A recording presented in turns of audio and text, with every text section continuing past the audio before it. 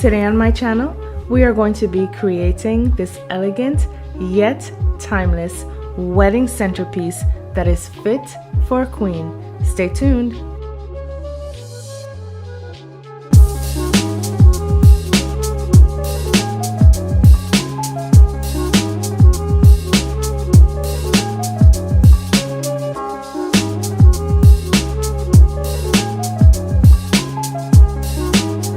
For this project, you will need 6 of these cylindrical vases. If you're going for additional height, which I opted not to, you will need 4 of these fluted vases. You will also need 8 of these LED push light, as well as 4 packs of these AAA 8-pack batteries. You will need an assortment of flowers. I got mine from the Dollar Tree as well as from Michael's, as well as this greening pins or these greening pins, and any assortment of embellishments of your choice. For this project, I am going to be using an 8-layer bling wrap, but of course you can use your 4-layer. Or if you're interested in using color, you can choose colors that will complement your color scheme. You will also need this Styrofoam plate, which is going to be the foundation for your flowers, as well as this mirror, and I'm using a 20-inch by 12-inch, and I got both of those things from Michael's. Last but not least, you will need some strings of acrylic beads. Let's get crafting. And so what I'm going to be doing here is using these purple hibiscus and this light to create my columns. Now unfortunately I got a dud from the Dollar Tree, so I'm going to have to substitute this other light that I had.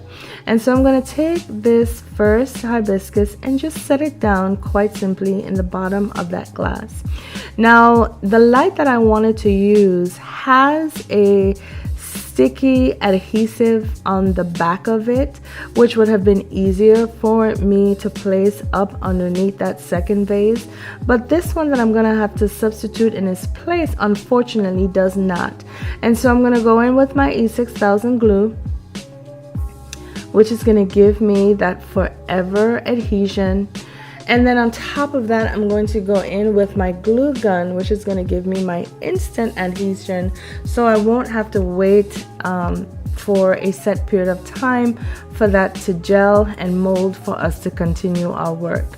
And so what I'm going to do is affix this to the bottom of that second vase, and it's going to look something like this, but then of course we'll have to dress it up so that we can cover that big blue light that's in there for the purpose of completing the project. And so in the second vase, what I'm going to do is I'm going to put some blue marbles, again just building and enhancing upon what we already have and creating dimensions and depth. I'm going to take my blue marbles and just put in about a handful to create maybe like 2 layers. And then on top of those marbles, what I'm going to do is I am going to place another one of those purple hibiscus and making sure that it's facing in the same direction of the flower that I have already placed. Now, I have shared with you guys before that when I'm gluing glass on glass, of course, glass on glass, it is best to use the E6000 glue. But when I'm encasing glass in glass or even encasing acrylic in acrylic, I tend not to like to use the E6000 glue because it clouds up inside of the containers. And so right here, to get those 2 glasses to stick to each other, what I'm doing is I'm using my hot glue gun to make that first layer of adhesion. And then you'll see I'm going to take my E6000 glue, go around the side of it to get down a nice thick layer of that E6000 glue, and then I'm going to place my bling wrap around it, which is going to give us another layer of protection and adhesion. But before I do that, what I'm going to do is I'm just going to get rid of the excess hot glue that is hanging there because I wish for there not to be any lumps and bumps underneath of my bling wrap when we're getting ready to build our final project. And so I'm going to take my E6000 glue and just go around with a generous amount of glue, not too much, we don't want it to get too soupy or drippy, but with a generous amount of glue because we want to make sure that that added glue is going to help those two vases to stick together. And once I have done that, what I'm going to do is take my bling wrap and be sure to place it in a way where it is covering that light underneath, and it is also covering a little bit of that top vase. And once I put my bling wrap down, I'm just going to make sure that I'm smoothing it out, making sure there are no lumps and bumps, making sure that it's all horizontally aligned, and one side is not higher than the other or vice versa. And once I have completed that and I'm satisfied with the way that look, we will then have to complete this step 3 more times. Now this, I must say, has to be my most favorite part of this project. And what we're going to do now is we're going to build the base of our flower bed. And if you notice, I'm taking my mirror and I'm turning it upside down because we are going to place that mirror, or rather I should say the mirror is going to be the underneath of our centerpiece, because I'm hoping that if you use any other candlelight or any other illumination, that illumination will be reflected underneath of that centerpiece and will give for a nice, warm, romantic aura on the table. Now, what I'm going to do here to stick my styrofoam onto my glass is I'm going to go in with my E6000 glue. What you did not see, however, and what I later had to go back in to do was go over that E6000 glue with my hot glue gun, because the styrofoam and the E6000 glue was not setting as fast as I thought it would, and it was still giving me some movement.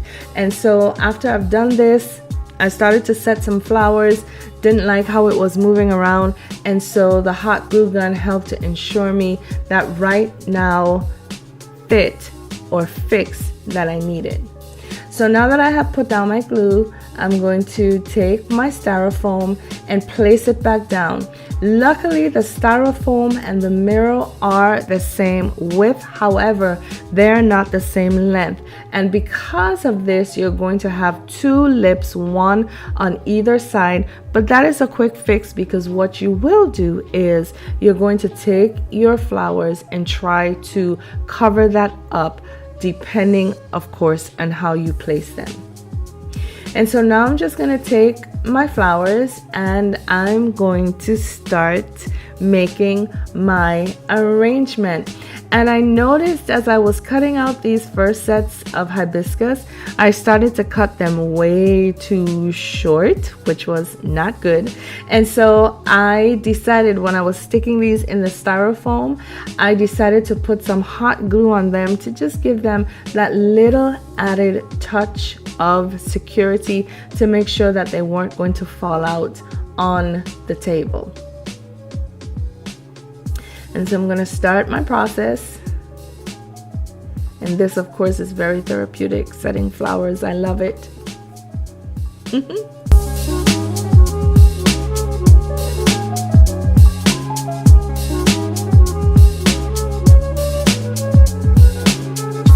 Now that we have all 4 of our columns set, as well as all of our beautiful flowers placed, what we're going to do now is we're going to build our centerpiece.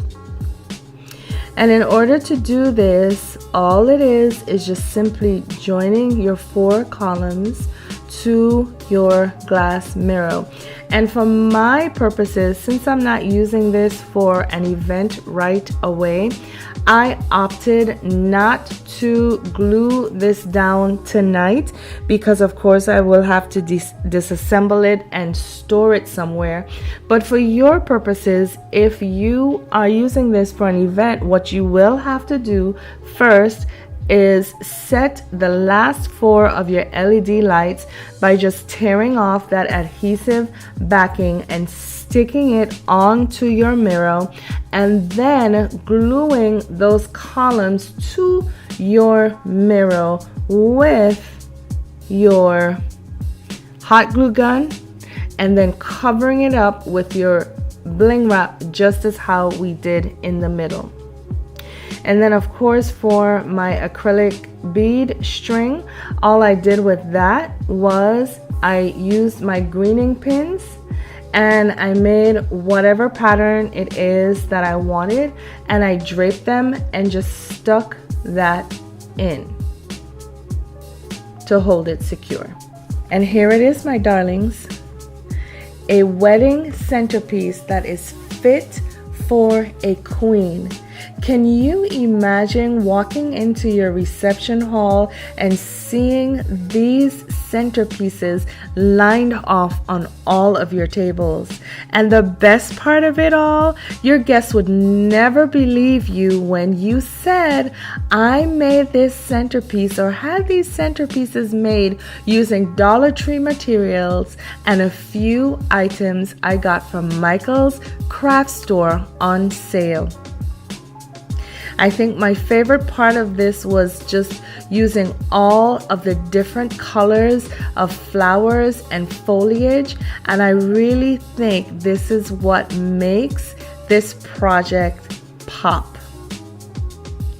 Listen, my darlings, if you enjoy this project, please be sure to give this video a thumbs up. As well, please be sure to leave me a comment in the comment section below. I would love to hear from you.